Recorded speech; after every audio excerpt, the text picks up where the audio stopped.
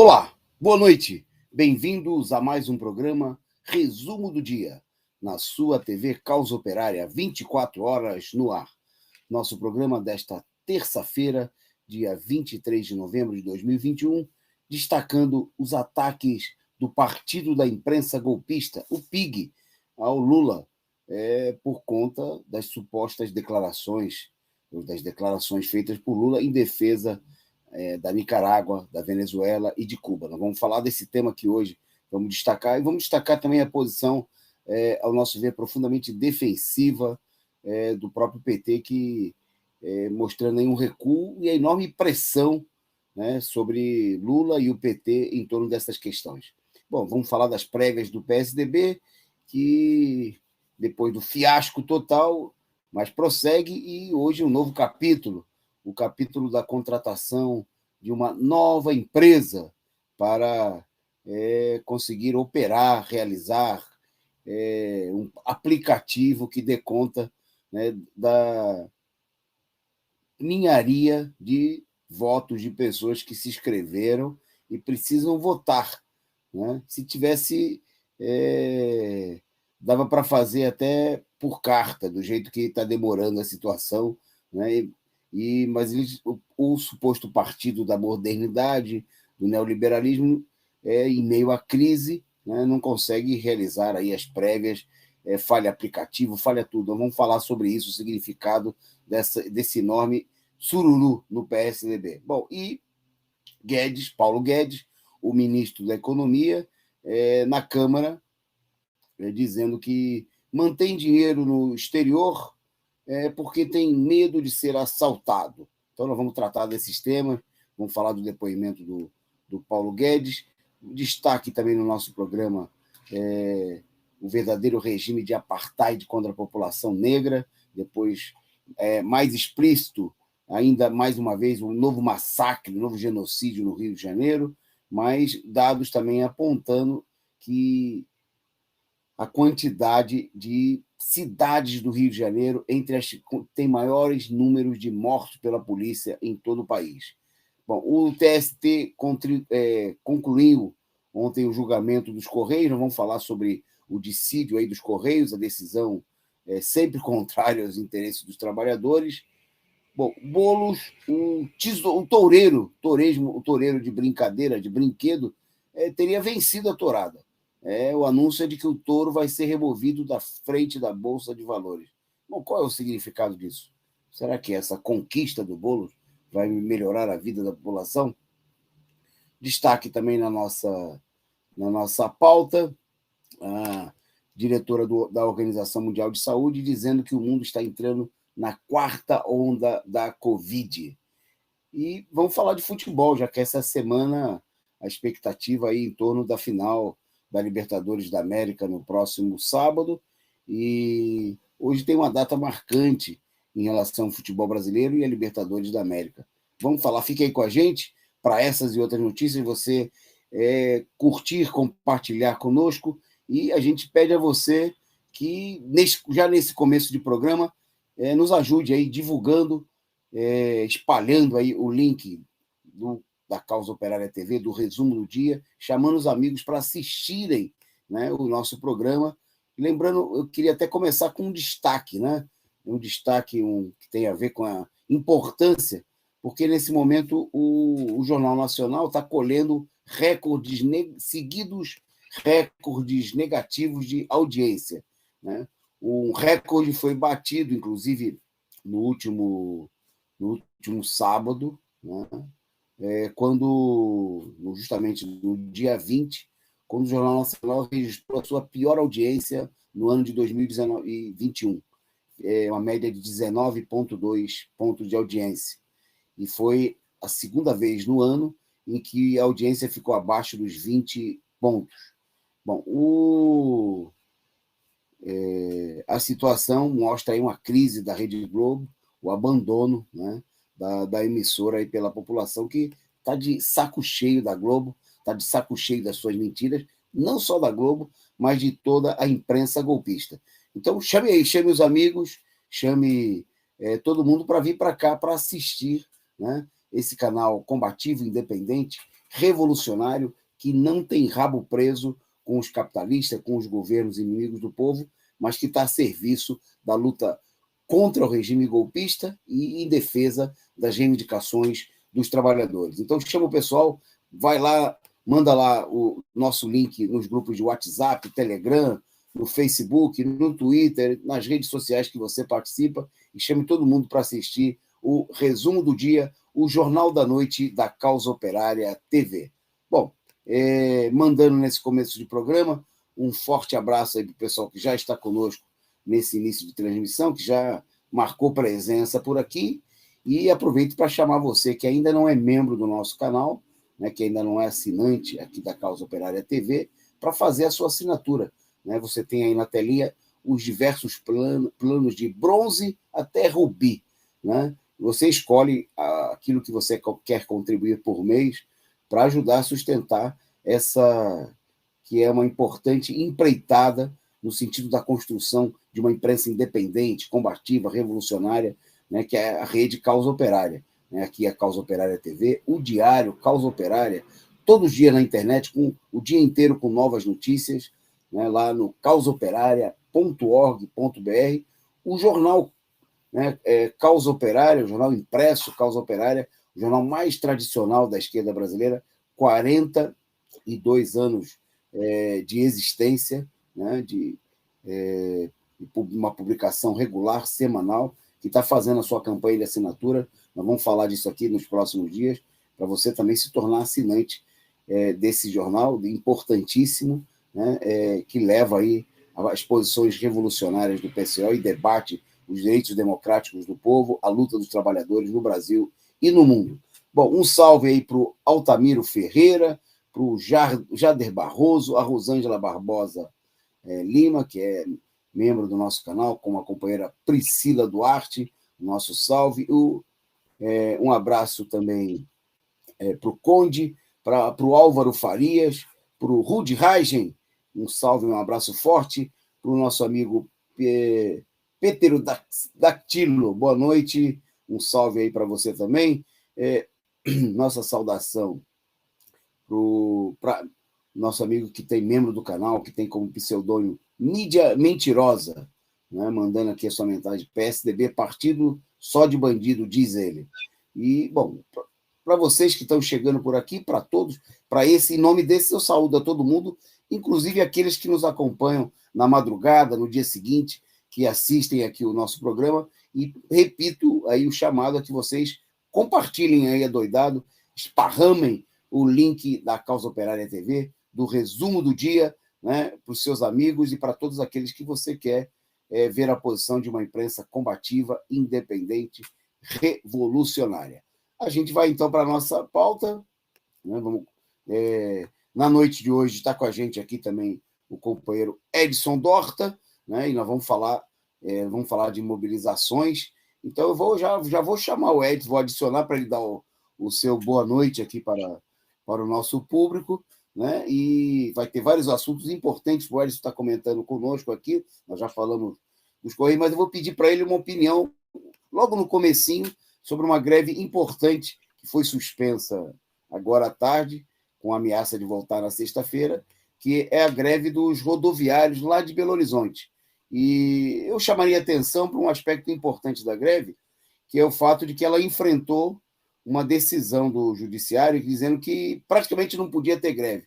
O judiciário exigiu que tinha que ter 60% de funcionamento da tropa.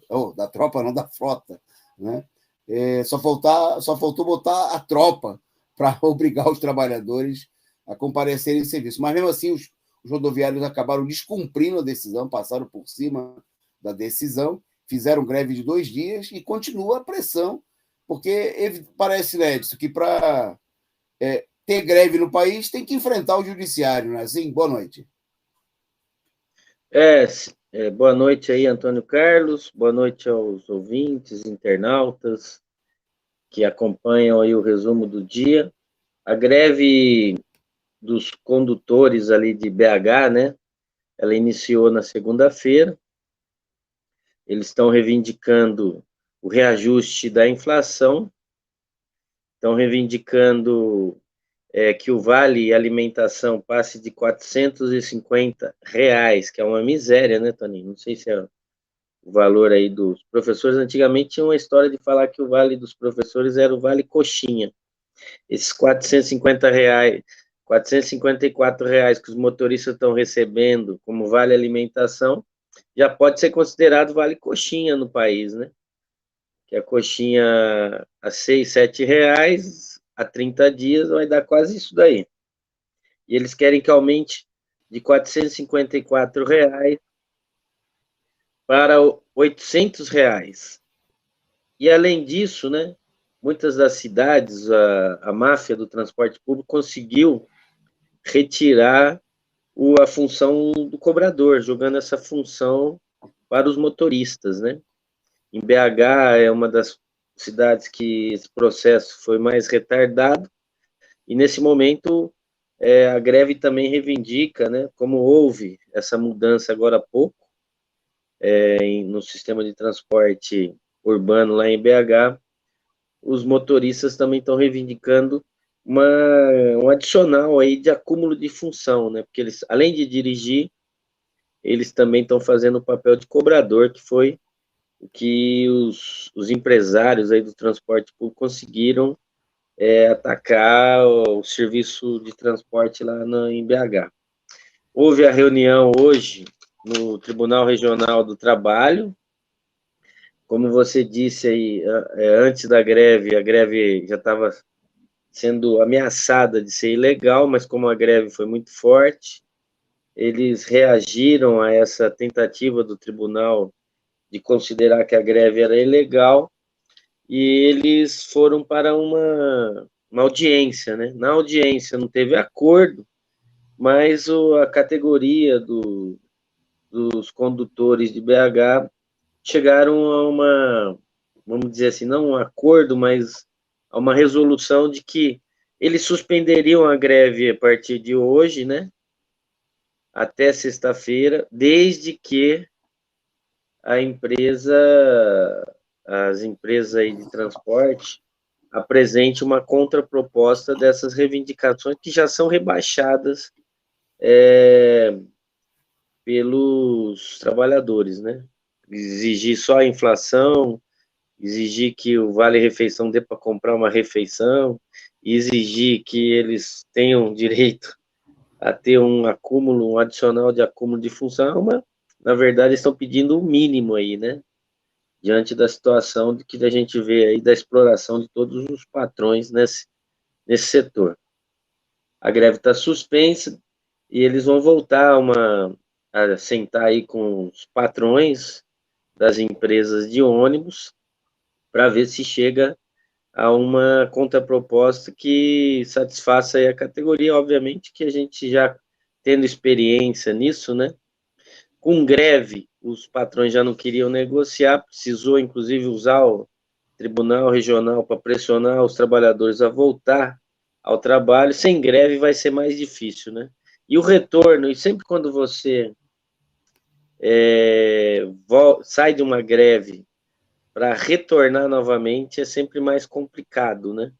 Então, na minha opinião, não sei se é da sua aí, é da nossa opinião, mas, na minha opinião, eles deveriam ter mantido a greve e exigido a contraproposta na mesa de negociação, no próprio na audiência do TRT, né?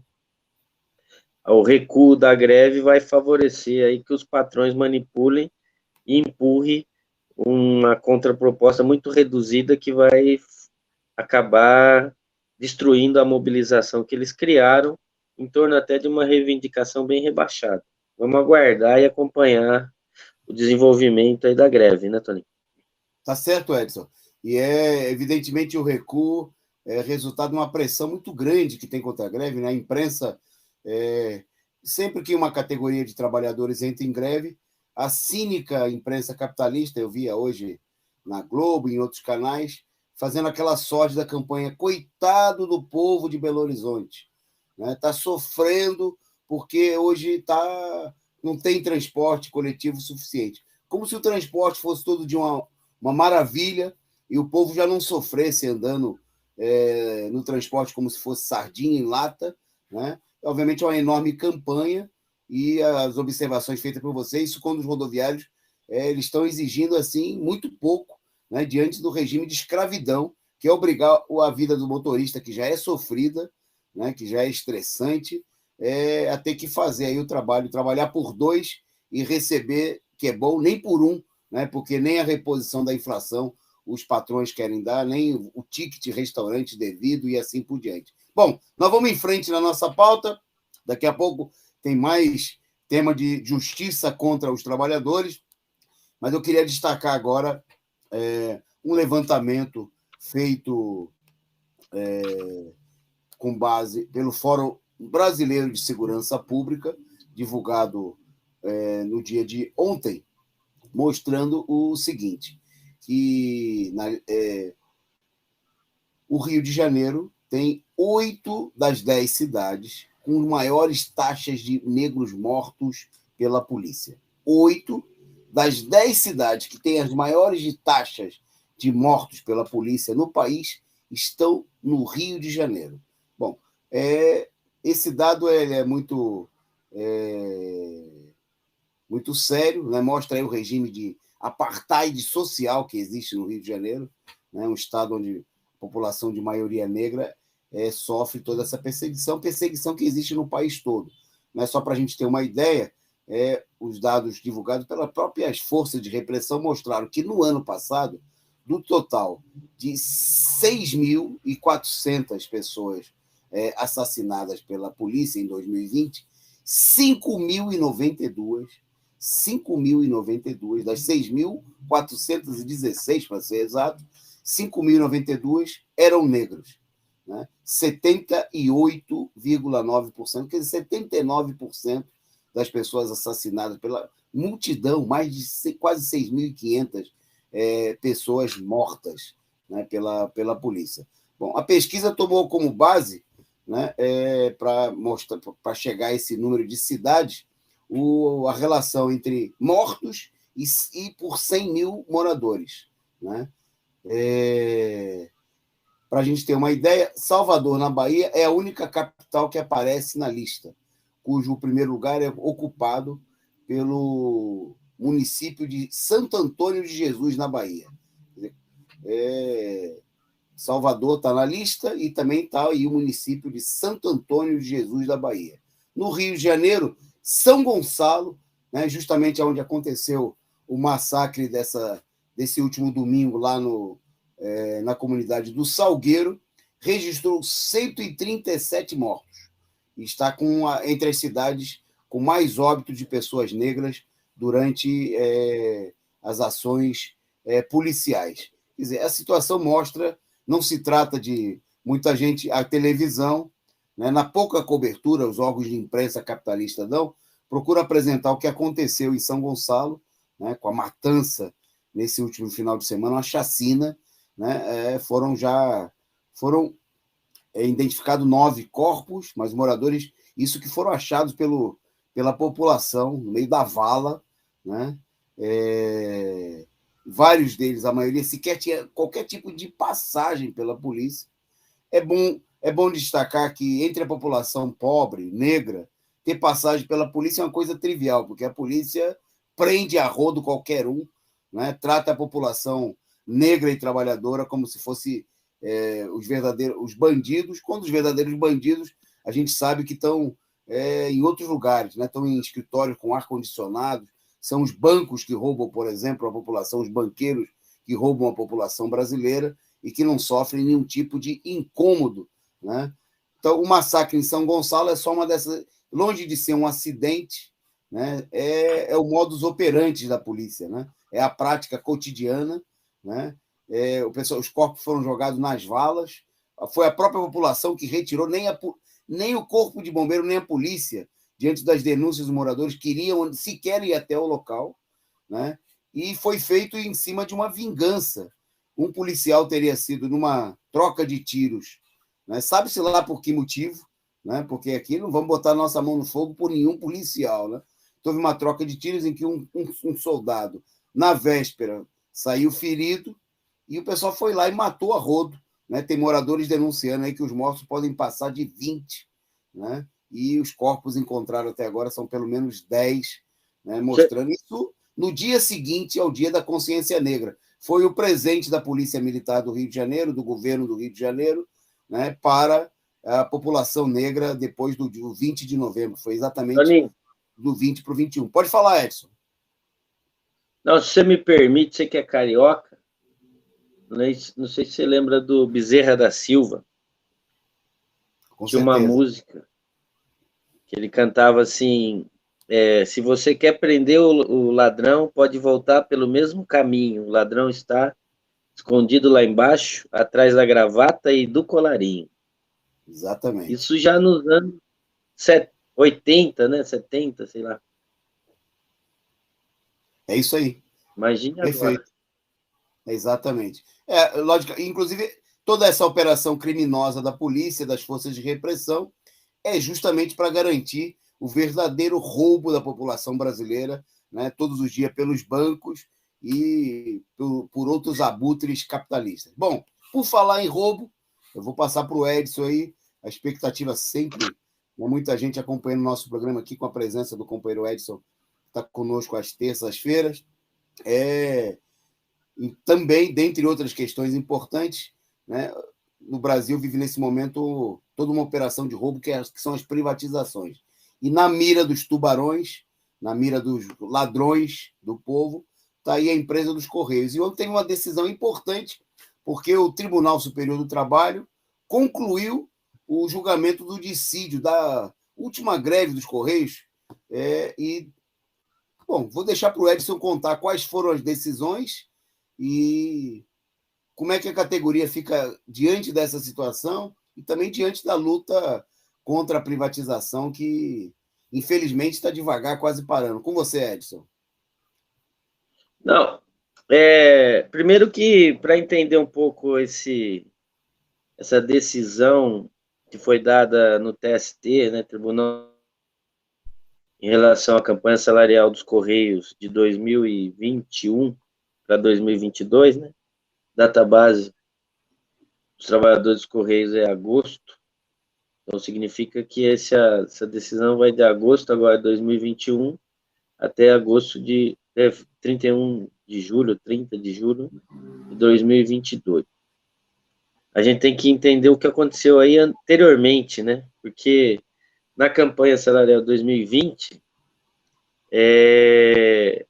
no meio da pandemia, o Tribunal Superior do Trabalho, mesmo com greve da categoria de mais de 10 dias, e teve ocupação de prédios dos Correios, teve ida dos trabalhadores para Brasília e tudo mais, o tribunal, sobre a liderança do ministro golpista, né, filho daquele jurista que promoveu o impeachment ou o golpe de Estado em 2016, Ives Gandra Martins Filho, eles retiraram cerca de quase 50 cláusulas do Acordo Coletivo dos Trabalhadores dos Correios, promovendo aí uma perda de quase 40% do poder de compra do trabalhador dos Correios. Um verdadeiro ataque ilegal e absurdo contra a categoria. Isso daí promoveu diversas ações judiciais contra a decisão, né? Eles retiraram, por exemplo, cláusulas que tinham mais de 30 anos de atuação na categoria dos Correios. Por exemplo, o trabalhador dos Correios não trabalhar aos sábados, e quem fosse trabalhar aos sábados ganhava 15% no salário, que era convocado ao sábado. Tinha outras, não vamos falar todas aqui, porque não vamos estender muito, mas teve muito direito atacado inconstitucionalmente, foi um ataque brutal contra a categoria, visando, obviamente, a privatização. Isso promoveu uma enorme enxurrada de ações judiciais que entupiram, inclusive, o TST, né? E esse ano, né, a burocracia sindical dos Correios, os sindicalistas ligados aí à federação e aos sindicatos da Federação Fantasma, eles sequer convocaram uma greve da categoria, né? eles ficaram só na expectativa de que vamos jogar para o TST. O TST, como estava já com esse problema, ele buscou não buscar muito atrito. Então, o que o TST fez nesse julgamento? Ele, obviamente, diante de toda essa crise que ele mesmo provocou na categoria e tudo mais, eles tentaram dar uma decisão aí minimamente, vamos dizer assim, que não revoltasse os trabalhadores. A empresa queria estabelecer o banco de horas, isso daí só pode ser através de um acordo. Não houve acordo, eles aceitaram, né? Aí o TST, como é até eu acho que é jurisprudencial no TST, você não pode dar menos que a inflação. Eles deram a inflação, coisa que também os sindicalistas, por ter reduzido tanta pauta da categoria, só estava pedindo a inflação. Eles deram a inflação e eles recuperaram aí algumas cláusulas que, segundo eles, não têm impacto na folha de pagamento dos trabalhadores dos Correios, tipo que a gente vem até falando aqui, que não, na verdade, ela existe, mas não sofre muita modificação no dia a dia dentro dos Correios, tipo comissões para detectar se tem discriminação à mulher, ao negro, ao homossexual, etc. e tal.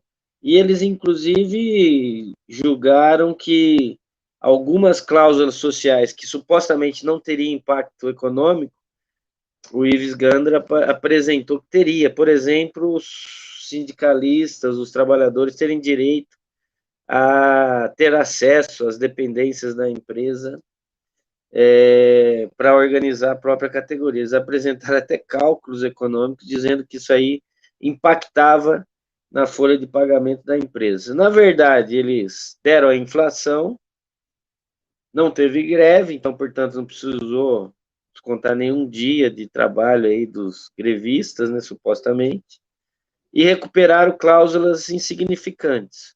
A mais polêmica foi a da questão do sábado, que, como havia muita pendência jurídica em relação a isso, eles deram uma costurada lá, estabeleceram que a empresa vai poder obrigar o trabalhador a trabalhar aos sábados, mas vai ter que pagar 15%, que na verdade vai fazer para que a empresa possa até colocar os trabalhadores para trabalhar aos sábados, não trabalhar aos sábados, mas exigir as 44 horas semanais, aumentando a jornada da categoria durante a semana, né? Sei lá, hoje a gente trabalha 8 horas, vamos passar a gente para trabalhar às 9, e aí não precisa trabalhar o sábado, mas trabalha às 9 horas por dia. Só se for os casos mais emergenciais. Isso daí fez com que a burocracia sindical, que não fez nada, não chamou os trabalhadores para se organizar, não fez vamos dizer assim, um encontro nacional para discutir a campanha salarial, saísse soltando rojão do TST, dizendo que foi uma grande vitória da categoria conseguir essas coisas, inclusive sem greve. Imagina a burocracia sindical não precisar fazer greve, e depois ter que brigar com o trabalhador para voltar da greve, como é um histórico, inclusive, na categoria dos Correios, fez com que eles saíssem dizendo que foi uma grande vitória dada pelo TST, né? Em primeiro lugar, é uma desmoralização, porque se é nesse sentido, nem precisava ter sindicato, o próprio TST daria para a gente, né? Então, quer dizer que o sindicato perde até o conteúdo prático na questão, porque se o TST é tão bonzinho assim, que ele reconhece que os trabalhadores precisam do reajuste da inflação, né? E também dando cláusulas sociais aí desse cunho que no final das contas não influi em nada na vida prática dentro das unidades, você nem precisaria de sindicato. Segundo, que é uma deseducação, né? Porque se quando você faz greve você perde, e quando você não faz greve você ganha, a conclusão dessa vitória seria que a gente não deve mais fazer greve, né? Então, é outra deseducação. E ao ponto de que nós estamos, além da campanha salarial, os trabalhadores dos Correios está ameaçado aí de desaparecer do mapa, né? Com a privatização da empresa, com a tentativa de vender todo o patrimônio e depois demitir os trabalhadores, que é como é o enredo aí de toda a privatização, como a gente já viu nas outras empresas estatais que foram vendidas. E aí, ao mesmo tempo, a burocracia sindical, ela anuncia que tem esse perigo, mas continua dizendo que não devemos nos organizar, não devemos nos mobilizar, não deve ter calendário de luta, não deve ter encontro nacional para os trabalhadores tirar tirar decisões em torno da luta, etc., e que eles vão continuar lá no Congresso Nacional fazendo lobby com os senadores, com os deputados, com sei lá quem mais, para impedir a privatização, que na verdade eles estão só facilitando a vida do governo, né? Então, o aspecto, eu acho que da decisão do TST, ele implica nessa desmoralização, nessa deseducação da categoria que pode favorecer, e se não houver uma mudança na política da orientação da burocracia sindical, obviamente vai facilitar a vida aí do governo Bolsonaro, governo golpista, de privatizar os Correios e vender todo esse patrimônio que é a empresa brasileira de Correios e Telégrafos.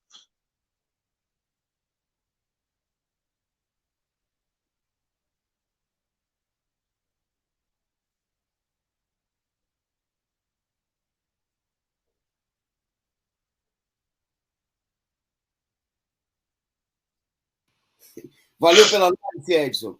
É importante.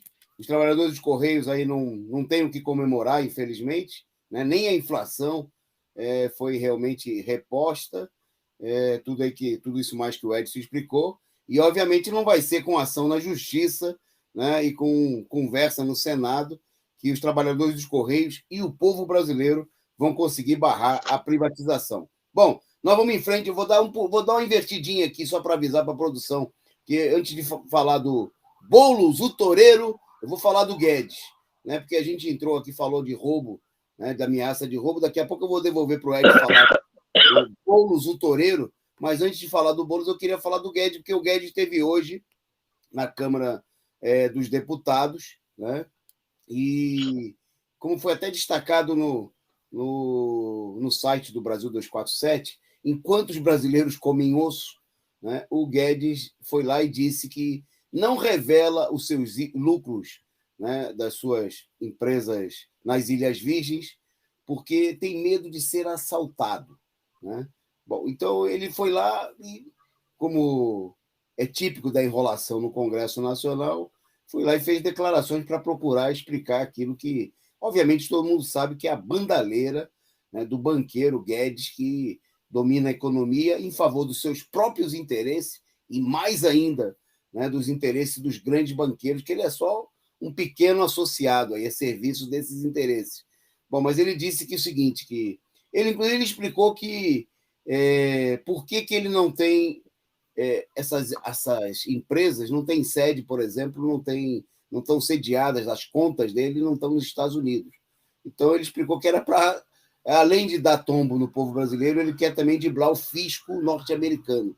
Então, palavras do Guedes: se você comprar ações nos Estados Unidos, tiver a conta em nome de pessoa física lá nos Estados Unidos e falecer, 47%, disse ele, é expropriado pelo governo americano. Então, é melhor usar uma offshore, uma companhia fora do continente. Se o senhor morrer, disse ele, em vez de metade ir para o governo americano, vai para a sua sucessão. Bom, está aí o próprio ministro da Economia dizendo o seguinte: tem que dar o golpe. Né? Você, brasileiro, trabalhador, que paga imposto de renda, que paga imposto até quando você compra uma bala, que paga imposto todo dia quando abastece o seu carro, você é um otário, né? Porque você não pode fazer que nem o Paulo Guedes. O Paulo Guedes, ele dribla todo mundo, né? Vai lá e abre a conta dele lá nas Ilhas Britânicas, e aí ele não precisa pagar imposto Se ele morrer, ou ele ou qualquer detentor dessas contas milionárias, que não é para gente pobres mortais como nós, não precisa pagar nada, não tem que pagar. Ele falou de expropriação. Expropriação, ele está dizendo imposto. O povo brasileiro, nas mãos do Guedes, né, e na mão da direita, paga 52% do orçamento público vai para os banqueiros. Né? A gente paga aí rios e rios de impostos, né? E o imposto nem volta para beneficiar a população sobre a forma de saúde, educação, melhores serviços públicos, nada disso. Vai parar justamente no bolso dos banqueiros, né? Aqueles dos quais o Guedes é uma tchutchuca, né? Mas a tchutchuca dos banqueiros é para garantir o seu dinheiro, né, que está lá nessas offshores, ele dribla todo mundo e diz claramente, né, de uma maneira indireta, que quem paga imposto é otário, né, é o povo sofrido que não consegue burlar o fisco, como faz o Guedes, como fazem todos os grandes capitalistas. Bom, foi uma encenação, né, obviamente, do Guedes, ninguém quer esclarecer nada, porque está tudo claro, é pura patifaria. Ele não é o único, né? Os grandes capitalistas, todos eles fazem isso daí. Quem paga imposto é exclusivamente a população trabalhadora, por isso, inclusive, que nós defendemos, né, o fim dos impostos sobre o consumo, sobre os salários. Né? O imposto teria que ser exclusivamente, né, sobre os ganhos dos capitalistas, né? E teria que, de fato, expropriar. O Guedes fala de expropriação, não. Cobrar imposto dos ricos não é expropriação. Né? Expropriar é tirar o dinheiro do trabalhador, né, do assalariado, que não tem renda, né, é a fonte do seu sustento, da sua família, para sustentar esses parasitas, vagabundos, ladrões do povo, como Guedes, banqueiros e toda a corja que parasita o Estado nesse momento, diante da crise capitalista. Bom, vamos lá então agora para o tema, porque enquanto a gente tem essas lutas reais, a gente falou aí dos rodoviários tentando lutar para garantir os seus direitos diante da superexploração em Belo Horizonte, falou dos companheiros, dos trabalhadores dos Correios, né, sendo garfados aí pela justiça depois da greve que eles fizeram aí e da luta que tem dificuldades para avançar contra a privatização. Tem uma luta de mentirinha, né, uma luta de uma espécie de Dom Quixote contra os moinhos de vento, né? Mas ela não é uma luta tão bonita assim, né? Não está na literatura. É a luta do toureiro Boulos contra um touro dourado, né? E o Boulos parece que ganhou a luta. Olha que interessante. Ele queria retirar a luta do Boulos era retirar o touro dourado que foi colocado em frente à Bolsa de Valores. E hoje parece que saiu uma decisão que favorece essa grande luta. É uma vitória do Boulos e que vai mudar a vida do povo de São Paulo. É isso, Dorta? O Boulos ele tem se reafirmado aí como o líder das lutas falsas, né, Toninho? A última luta dele agora, que aconteceu no dia, se eu não me engano, nos últimos dias aí, ele está lutando aí para que retire um touro que está na Bolsa de Valores, né? Porque ele alega que é absurdo ter o touro lá se o pessoal está passando fome. E aí ele entrou na justiça para que retire esse touro. Você está dando a informação aí de que ele conquistou essa vitória, mas eu não vi muito o que isso vai mudar em relação à fome do povo brasileiro, né? Como também várias lutas aí que ele vem travando. É bom a gente fazer um retrospecto aí das lutas que o toureiro, né, Boulos, realizou, né? Para ver que tudo passa de uma farsa e de uma propaganda eleitoral dele, para que se ele mantenha-se na esquerda, a ponto de que ele agora está sendo aí denunciado de que é funcionário do Instituto IRE, né? Instituto aí que tem o Raul Jugman, que foi ministro golpista do Michel Temer, né? Raul Jugman, eu acho que ele é diretor do IRE, ministro de Estado, da defesa do Estado. Tem também aí o Sérgio Etchegoy, né, que foi o cara que dirigiu a Secretaria de Inteligência do governo golpista, né, o general Sérgio Etchegoy, que inclusive tem familiares que faziam parte do esquema de organizar a tortura no golpe de 64, né?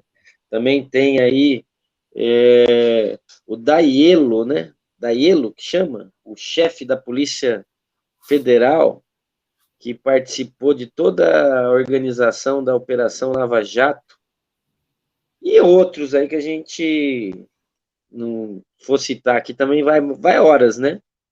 Além disso, onde o Boulos ele é funcionário, ele tem uma associação com a Globo Américas, né, que é funcionário, que é financiada aí pelo NED, né, uma organização de fachada da CIA, e que patrocina aí os golpes de estados na América Latina. O Boulos faz esse circo aí de lutar por lutas que não são, modificam em uma vírgula a vida do povo, como foi, por exemplo, a questão de queimar o Borba Gato, né, aqui em São Paulo, a própria, o ato circense de ficar tirando foto lá da entrada que eles fizeram na Bolsa de Valores no dia 23 de outubro, o ato que eles fizeram na réplica da estátua da Liberdade, acho que está em Nova York, e nessa daí eles nem sequer queimaram essa estátua, como fizeram no Borba Gato, e aí vai, né? Nós temos aí uma quantidade de atos que o Bolo fez, e que ele, por exemplo, que participa do movimento dos trabalhadores sem teto, que tem como cor o vermelho, ficou brigando aí o tempo todo com a gente aí no movimento Fora Bolsonaro, para que a gente fosse de verde e amarelo para a rua, né, Toninho? E ainda foi o maior defensor de que a gente não deveria ir para a rua, para o Fora Bolsonaro, por causa da pandemia. Chegou a ponto de dizer que só ia ter ato depois que oficialmente fosse declarado o fim da pandemia. Ele está fazendo mais esse ato aí circense, né, na frente da Bolsa de Valores, de ser contra o touro que está lá, um touro, uma estátua de touro, né? Como se você fosse combater a fome retirando a estátua do touro lá da Bolsa de Valores, enquanto que nem a gente falou aqui, o Guedes está mandando dinheiro para as ilhas, paraísos fiscais aí, e o povo passando fome. Então é mais um dos atos circenses, né? Atos farsas, desse que agora está cada vez mais claro que é um infiltrado aí no meio da esquerda para tirar toda essa polaridade de luta entre o povo e os golpistas, né? Nem vamos citar outras coisas mais aqui, mas daria até para fazer um livro, né? Começa ali no não vai ter Copa, tem a Frente Povo Sem Medo, que foi criada para combater a Frente Brasil Popular. Se eu não me engano, tem quando a gente estava expulsando os fascistas da Paulista, junto com as torcidas organizadas, ele foi lá fazer um acordo com a polícia para mudar o ato da esquerda para Bololândia, lá na Largo da Batata, e depois fazer com que o ato as mobilizações contra o fascista desaparecessem, e aí por aí vai, né? Sem contar ser candidato ao governo do estado, à prefeitura de São Paulo, para impedir que o PT chegasse ao segundo turno e pudesse ter uma verdadeira competição na eleição com o PSDB e garantir a vitória do filho do Covas. Então, nós devemos denunciar mais esse ato farsesco aí do Boulos, que está retirando o touro e não vai mudar uma vírgula na vida do povo brasileiro. É isso aí. O teatro, né, das aparências a política de atos, né, demonstrativos para fazer campanha eleitoral, e o Boulos, que já tinha comandado a invasão, a ocupação da Bolsa de Valores, ocupação numa área de visita pública por alguns minutos, né? Entrou, fez discurso, o movimento dele entrou. Também ele tinha liderado aí a ocupação do lado de fora da casa do Flávio Bolsonaro, né? Agora com mais a campanha para tirar o touro. E a decisão final acabou sendo aí da prefeitura, de uma comissão da prefeitura. E aí eu li agora há pouco, enquanto você comentava, que a jogada do touro foi uma jogada publicitária feita por um boyzinho que apresenta um programa, Touro de Ouro, e ele que organizou a colocação do touro. Quer dizer, o touro era uma peça de publicidade, né? Ele tem até um programa na Jovem Pan com o mesmo nome, Touro Dourado, né? E aí o Boulos disse que ia entrar na justiça, mas nem o negócio é uma galhofa, né? Alguém antes que o Boulos, né? Porque o Boulos não resolve problema nenhum, nem esse. Esse aí também ele participou da encenação, né? E como você disse, acertadamente, coisa que não muda nada na vida do povo. Bom, indo em frente, falando de outra, já que é para encenação, mas aqui é outra encenação que mostra uma crise enorme, né, da burguesia e da direita, que foram aí o fiasco das prévias do PSDB. Nós falamos desse tema aí desde domingo no programa, no resumo da semana, né?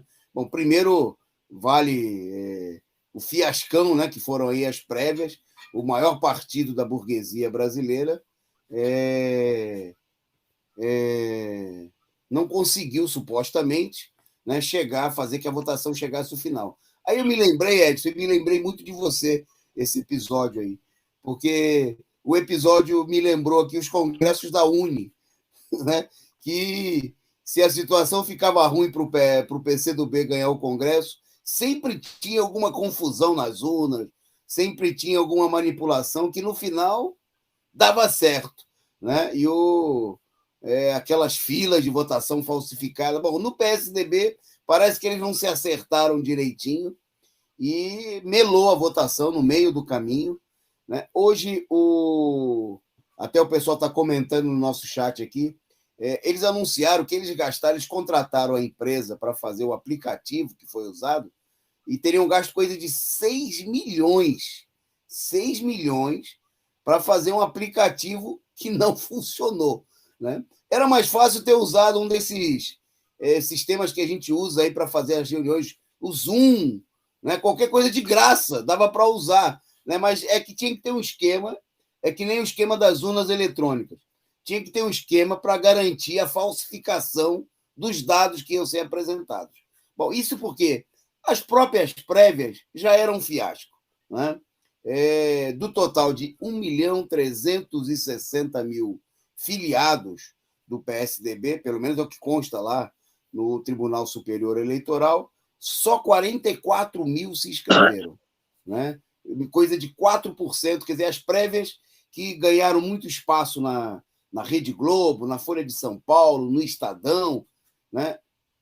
Nem entre os filiados do PSDB fez sucesso. Ninguém estava interessado, ninguém estava dando a mínima para essas prévias, né, que feitas para supostamente escolher o candidato à presidência do PSDB. Bom, a crise era tanta que 2 dias antes da realização das prévias, o presidente da comissão que organizava as prévias renunciou, né? Já estava claro que alguma coisa tinha algo de podre no ar, né? O senador por São Paulo, agora me fugiu o nome, ele desistiu do comando das prévias e passou diretamente, pulou para o lado para apoiar o governador do Rio Grande do Sul, o Eduardo Leite. Eduardo Leite, que já tinha tentado também na semana passada adiar as prévias. Ele não conseguiu, o Dória fincou o pé de que não queria o adiamento, e aí veio o bafafá de domingo, né, que a desmoralização foi total, até o Bolsonaro tirou sarro, né? O Bolsonaro disse aí que era as urnas eletrônicas do PSDB, né, mostrando que se não dá para confiar, se nem no PSDB o negócio funciona, imagina as urnas eletrônicas controladas também pelo PSDB, né, e pela turma do PSDB que está lá no TSE, no STF, etc. e tal. Bom, a situação, brincadeira à parte, porque merece muita brincadeira, muita gozação. Eu vi agora há pouco justamente o Eduardo Leite e o Dória dando entrevista. E aí apareceu algum jornalista que perguntou, mas se o PSDB não consegue nem realizar uma prévia, como é que vai governar o país? Bom, aí é lógico, aí o pessoal enrola, etc. e tal, mas é a disputa, é o nível de desagregação, é um sinal evidente da crise da direita, que tem dificuldade para encontrar, para erguer aí a sua chamada terceira via, uma alternativa, né, diante, principalmente e decididamente, contra a candidatura do ex-presidente Luiz Inácio Lula da Silva. Né? E essa situação, essa crise toda, está mostrando claramente que o PSDB está caminhando a passos largos para apoiar o Bolsonaro. Né? Hoje, o próprio Virgílio Guimarães, um dos candidatos, né, na entrevista, ele falou o seguinte, que precisa livrar o PSDB dos bolsonaristas.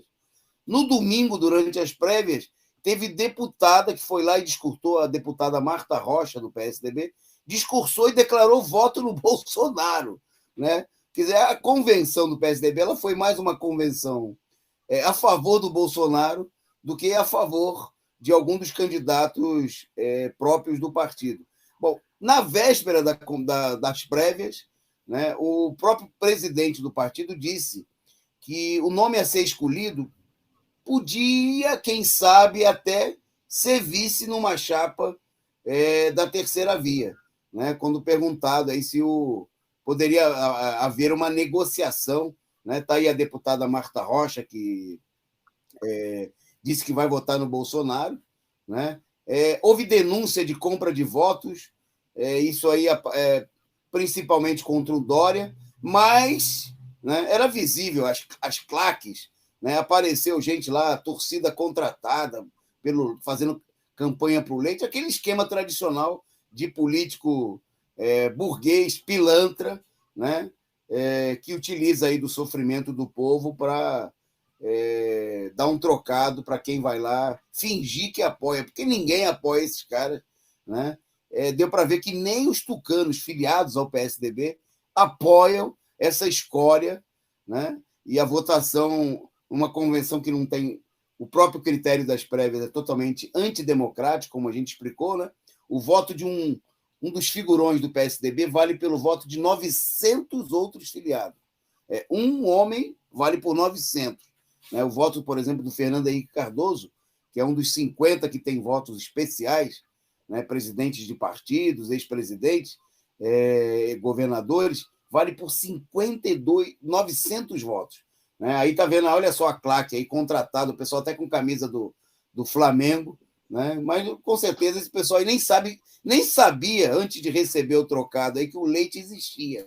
Né? O leite que eles conheceram, aquele leite de caixinha, leite de saquinho, leite de vaca, mas o leite, um tal de leite do Rio Grande do Sul, o pessoal nem sabia lá em Brasília que existia, mas o pessoal foi contratado para ir lá na convenção, da mesma maneira que aconteceu também a favor do Dória. Bom, está aí a crise, né? A crise não para. Hoje o PSDB, então, eles disseram que vão contratar outra empresa, porque a empresa de 6 milhões falhou. Né? E eles anunciaram que vão contratar outra empresa, parece que vão gastar mais 6, 7, 10 milhões, porque dinheiro para eles, obviamente, não faz falta, né? E é disputa para ver quem controla, né? Porque quem paga a banda escolhe a música, né? E quem contrata a empresa deve decidir também, deve escolher quem vai ganhar as prévias. Deve ser essa, na realidade, a disputa que está acontecendo aí e que está dando essa briga toda e que muita coisa ainda vai rolar. Bom, vamos em frente. Eu vou passar para o Edson para um assunto importantíssimo, destaque do nosso programa também aqui hoje, né? Porque a imprensa capitalista saiu aí com pedradas contra o ex-presidente Lula, né? Acusando o Lula ao crime do Lula. O crime do Lula teria sido defender Nicarágua, Cuba e Venezuela. Né? Para a burguesia, algo imperdoável. Né? Eles dizem... Bom, o Edson vai contar para vocês quais foram as acusações, depois a gente volta para falar o que o PT falou a respeito do assunto. Vai lá, Edson. O Lula, né, em entrevista aí ao El País, declarou que achava que não era cabível todo mundo aí contestar a eleição do Daniel Ortega na Nicarágua, pelo fato de que ele já está lá há algum tempo, né? Mais de 3, 4, 5 mandatos, porque também nós temos aí vários elementos da direita, né? Em governos aí há muito tempo, a exemplo da Angela Merkel, na Alemanha, né? E por que você tem que determinar que o ditador é só aqueles que a grande imprensa aí, capitalista, golpista, né, o partido da imprensa golpista determina que é ditador? Por que também não estabelecer que a Angela Merkel, que está lá há mais de 16 anos como chefe de governo lá, não é também ditadora, né? Aí eles alegaram, a imprensa, né, caiu matando em cima do Lula, alegando que o Daniel Ortega teria preso, teria prendido aí os seus opositores, né, antes da eleição. Aí o Lula, muito sabiamente, falou: é igual eu fui preso 580 dias para o Bolsonaro ser eleito. E a imprensa também não tinha o que falar, né, porque a imprensa, inclusive, apoiou a prisão do Lula, né? Apresentou que o Lula era o grande criminoso do país e agora está aí sem saber o que dizer, né?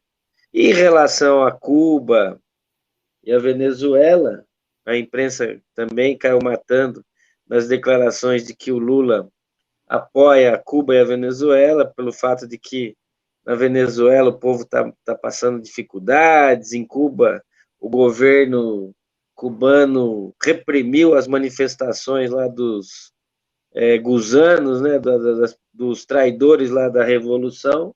O Lula falou: igual aqui também no país, né? Aqui também a polícia é bem repressiva contra as mobilizações populares e sem contar o bloqueio econômico que provoca aí a fome e a morte de várias pessoas em situação precária de vida nesses países, né? Então, obviamente, respondeu à altura aí da imprensa que só acusa de ditador aqueles que o imperialismo não quer governando esses países. Os ditadores que o imperialismo estabelece nos governos latino-americanos e no resto do mundo são democráticos, etc. Né? E, além disso, também foi levantada a questão de que o PT, né, através do seu secretário de Relações Internacionais, Romênio Pereira, teria aplaudido aí, teria divulgado notas celebrando aí a vitória do Ortega, né, na Nicarágua. A imprensa caiu matando, como sempre, para botar o PT na defensiva. A Gleice Hoffmann não desautorizou o que o seu secretário de Relações Internacionais do partido disse, mas sempre aquele senão, né? De que foi dito por ele, não por uma decisão partidária, aprovada, etc. Para dar uma meia-culpa aí, já sofrendo a pressão da ofensiva da direita contra as posições corretas que o PT toma em relação a esses governos que são oprimidos aí pelo imperialismo. É isso, Toninho. Ok. Eu achei interessante, importante dessa sua fala, justamente destacar a situação defensiva, né, que diante das acusações da direita.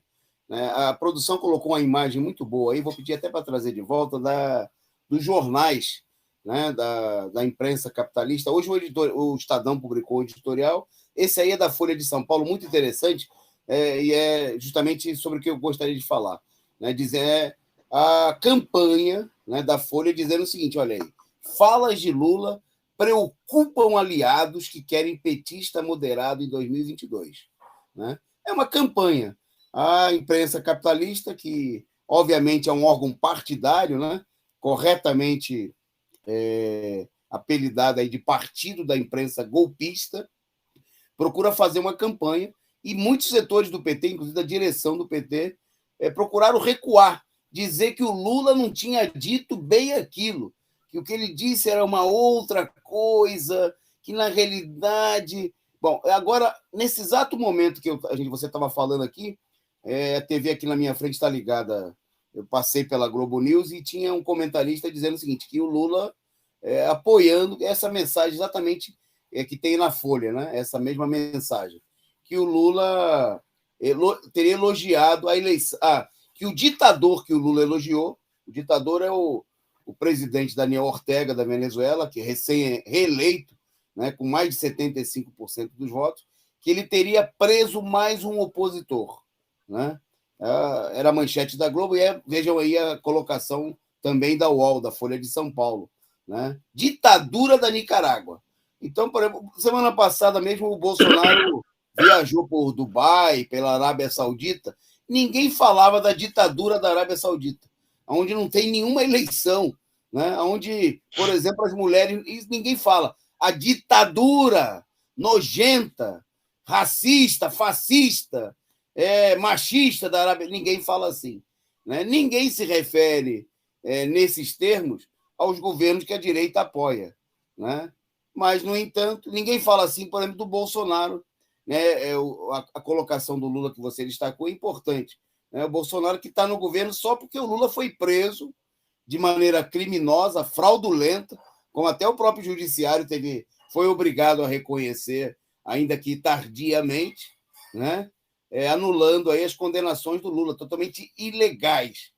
No entanto, né, o Ortega, né, que hoje mandou prender um ex-embaixador da Nicarágua, justamente o cara se colocou aí no caminho da defesa do golpe. Né? E, ao nosso ver, é pouco.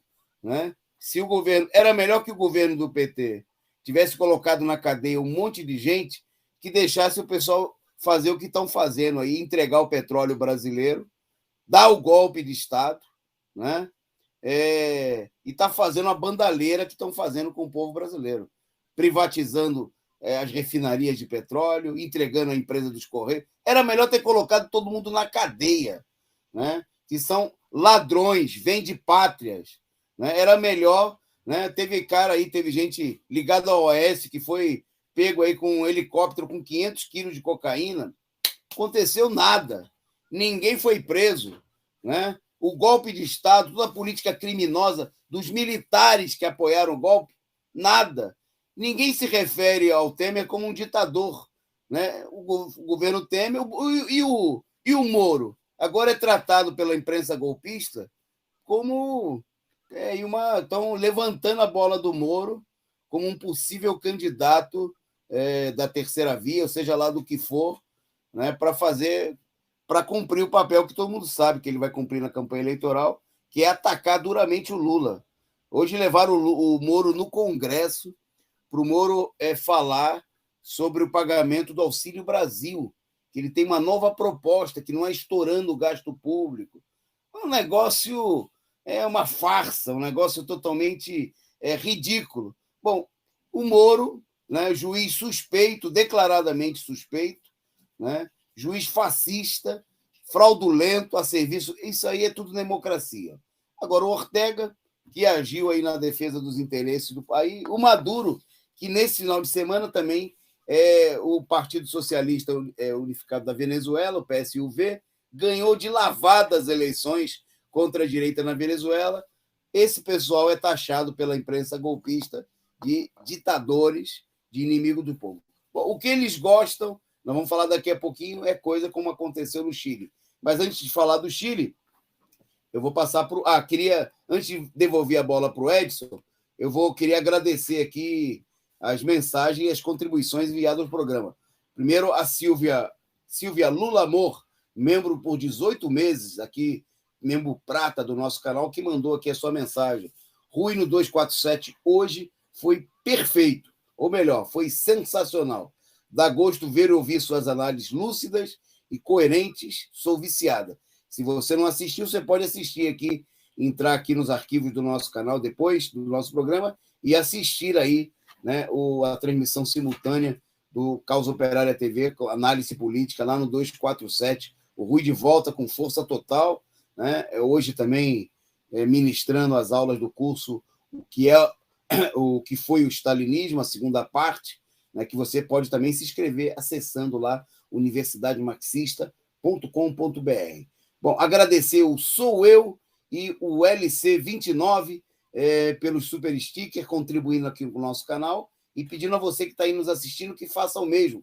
Né? Mande aí a sua contribuição, pode ser ela de qualquer valor, que são essas contribuições são fundamentais para ajudar a sustentar essa TV independente, combativa, revolucionária, sem rabo preso, né? Não é a TV de aparência, é a TV de luta, né? Não é de ações demonstrativas, mas é para impulsionar a verdadeira luta do povo brasileiro. Bom, vamos lá.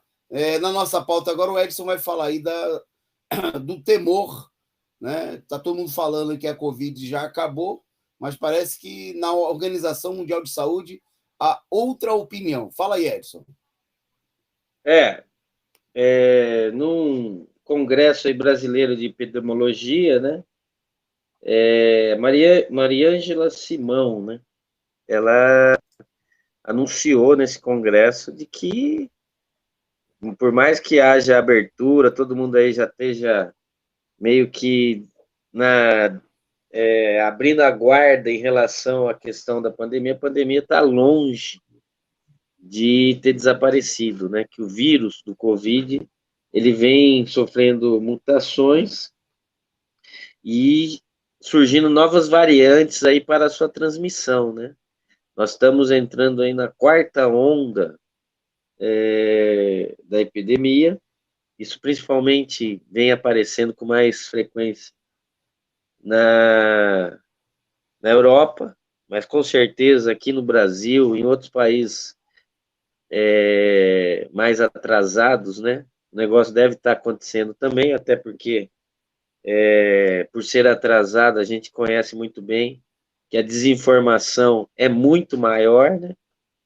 E que ela alega o seguinte, que por mais que tenha diminuído a quantidade de mortes que tem a ver com a vacinação, a quantidade de transmissão não tem diminuído, né? Em 24 horas ela levantou aí que foram contaminadas mais de 440 mil pessoas, né? Ou seja, continua-se a transmissão de uma forma bem abundante, né? Também que ela alega que precisa, né, novamente, ter uma preocupação com a pandemia, precisa que haja a informação para que todos possam se proteger. Há uma tendência natural, levada inclusive pela pressão dos capitalistas, de que tudo pareça que está normal, mas não está normal. Precisa que mantenha-se aí o controle dessa pandemia, né? É um negócio muito preocupante e que também os interesses econômicos em relação à vacinação vêm dificultando aí a imunização de toda a população mundial, principalmente nos países atrasados como o Brasil. Ou seja, a pandemia está aí ainda, viu, Toninho? Não tem como achar que o negócio desapareceu como um passe de mágica. Ok.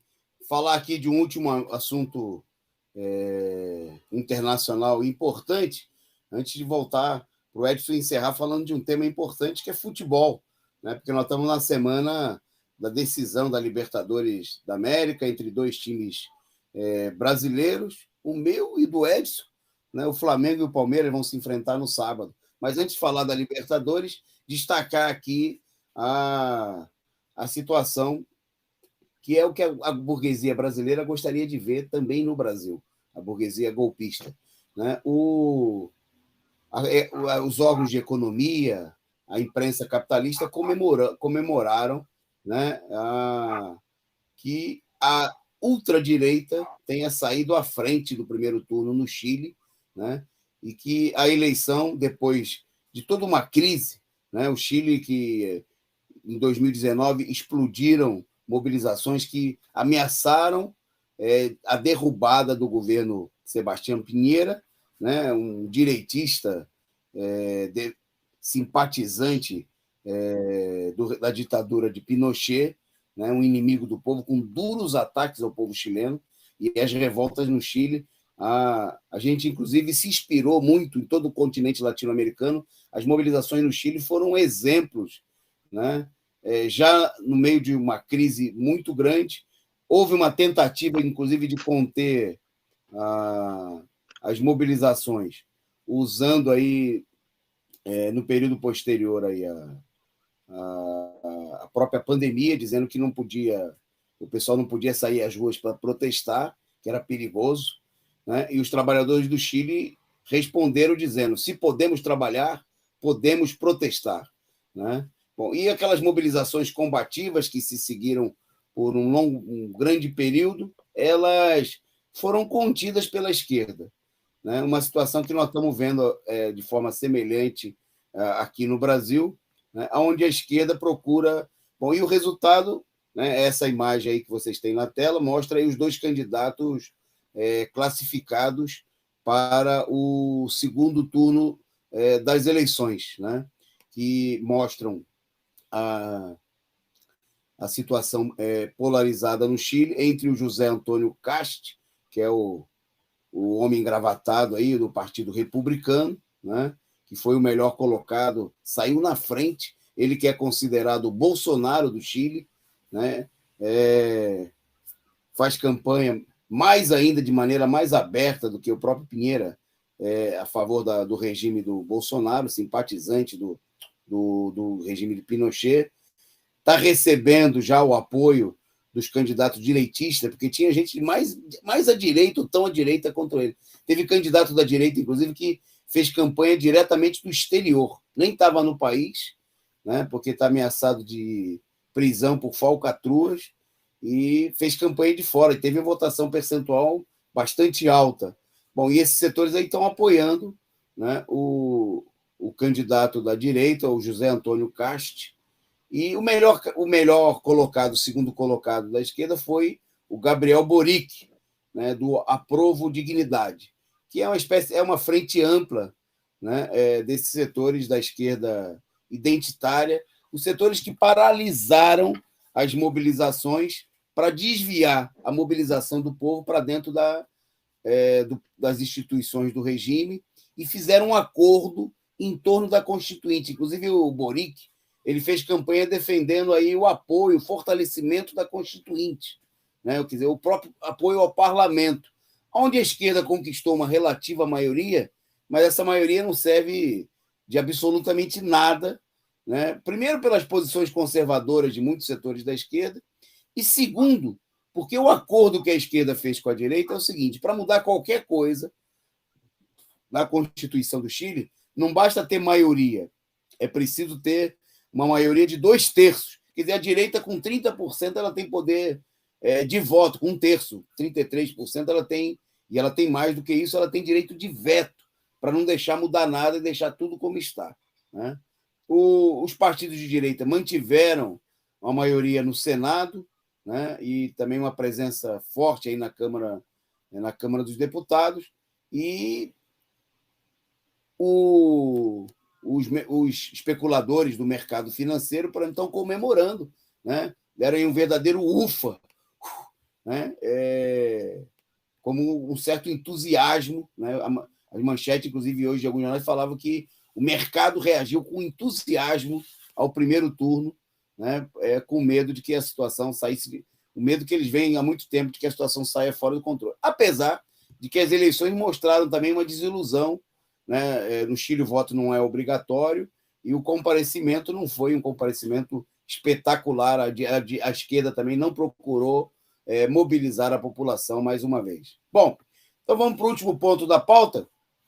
Eu vou começar Eu preparei só uma provocação, porque o Edson é palmeirense, né? Então eu preciso provocar. Porque semanas atrás eu estava profundamente preocupado, porque o Flamengo estava numa maré horrível, né? Entrou em declínio, e a gente falou: nossa, o Flamengo teve ameaça de demissão do Renato, essa coisa toda. Eu vou deixar para o Edson comentar e terminar o comentário, o programa comentando, né, como ele vê aí a final das Libertadores no sábado. Mas antes, eu queria destacar uma data que hoje se celebra. Hoje se celebra 40 anos da conquista da Libertadores pelo Flamengo. O Flamengo do Zico, de 81, né, na data de hoje, lá em Montevidéu, né, ganhava a Libertadores com 5 gols, 5 gols não, 2 gols do Zico, né, 5 cartões, um jogo muito disputado. Está aí o gol do Zico aí, que levantou a taça, né, como capitão do Flamengo. E, bom, nessa semana o Flamengo ganhou esse título lá, o Palmeiras já disputou 2 títulos lá em Montevidéu, nunca ganhou nada. Eu estou tentando puxar a Então, eu vou começar pelo Montevidéu. Então vai lá, é com você. Vou começar por Montevidéu. Quando o Flamengo, há 40 anos, ganhou o primeiro título da Libertadores da América, com Raul Plasma, Marinho, Moser, Leandro, Júnior, Adílio, Andrade, Tita, Zico e Nunes, eles já teriam jogado 2 jogos antes de ir para Montevidéu. O primeiro jogo foi no Maracanã, 2-1 para o Flamengo, os 2 gols do Zico, e o segundo jogo foi no Chile, e 1-0 para o Cobreloa, com quem o Flamengo estava disputando a final. E aí determinaram o terceiro jogo num campo neutro, que seria no Centenário de Montevidéu. Esse ano é um negócio absurdo. É um negócio assim ridículo da Conmebol. Os 2 times são brasileiros, Flamengo e Palmeiras. É um único jogo e os caras já mandaram para Montevidéu. É um negócio assim absurdo, deve ser contestado plenamente. A gente já tinha criticado quando mandaram o jogo do Boca e do River para a Espanha, sendo que o campeonato chama Libertadores da América. Mandaram para os opressores do povo. Então, eu acho que o grande aspecto negativo é esse. Em relação ao jogo, Toninho, como é um jogo só, entendeu? E é óbvio que não tem. Apesar que nas redes de aposta o Flamengo está sendo considerado aí o time que pode ganhar, eu acho que qualquer coisa pode aparecer no jogo. Até o Palmeiras pode ser campeão. Coisa que vai ser, mesmo sendo palmeirense, eu fiz essa crítica no Zona do Agrião, que vai ser meio desagradável ver o português, que é técnico do Palmeiras, falar que todo o êxito é da tática e estratégia daquele burro e não dos jogadores brasileiros. Mas aí nós vamos assistir no sábado e depois a gente faz uma análise mais profunda. Um abraço. Ok, fica aí a festa da torcida do Flamengo e do Palmeiras. O convite para vocês virem assistir conosco, quem estiver em São Paulo, né? Nós vamos tomar uma cervejinha, fazer um churrasquinho, vem assistir conosco, né, no Centro Cultural Benjamin Perret, e no restante do país também o pessoal vai se juntar aí nos centros culturais, nas sedes do PCO, para assistir esse jogo que, independentemente do resultado e da nossa torcida em particular, mostra aí a superioridade do futebol brasileiro, né? 2 times brasileiros, apesar de toda a campanha reacionária contra o futebol brasileiro, o predomínio nesse que é provavelmente o mais difícil troféu o torneio de futebol do mundo, de melhor qualidade, né? Que é a Libertadores da América, que reúne os melhores jogadores do mundo, os melhores times do mundo, apesar dos técnicos ruins que o pessoal contrata aí, como que vem só fazer fama, como foi o caso do Jesus, né, do Flamengo, e agora do Abel, né? Técnico que, quando sai do Brasil aqui, não ganha nada, só faz fama quando dirige aqui os bons times com jogadores brasileiros. Bom, é isso, fica o recado. Sábado a gente assiste e semana que vem o Edson está aqui de novo para a gente comentar, zoar um pouquinho um com o outro, mas comemorar o resultado, independente do que seja. Sábado a gente assiste o jogo junto. Amanhã tem mais resumo do dia e a gente volta por aqui com a sua presença e com a companheira Andréa Truz aqui conosco. Boa noite a todos, uma boa noite também para o palmeirense que comanda aqui a produção do programa, o companheiro Gabriel. Forte abraço e até amanhã.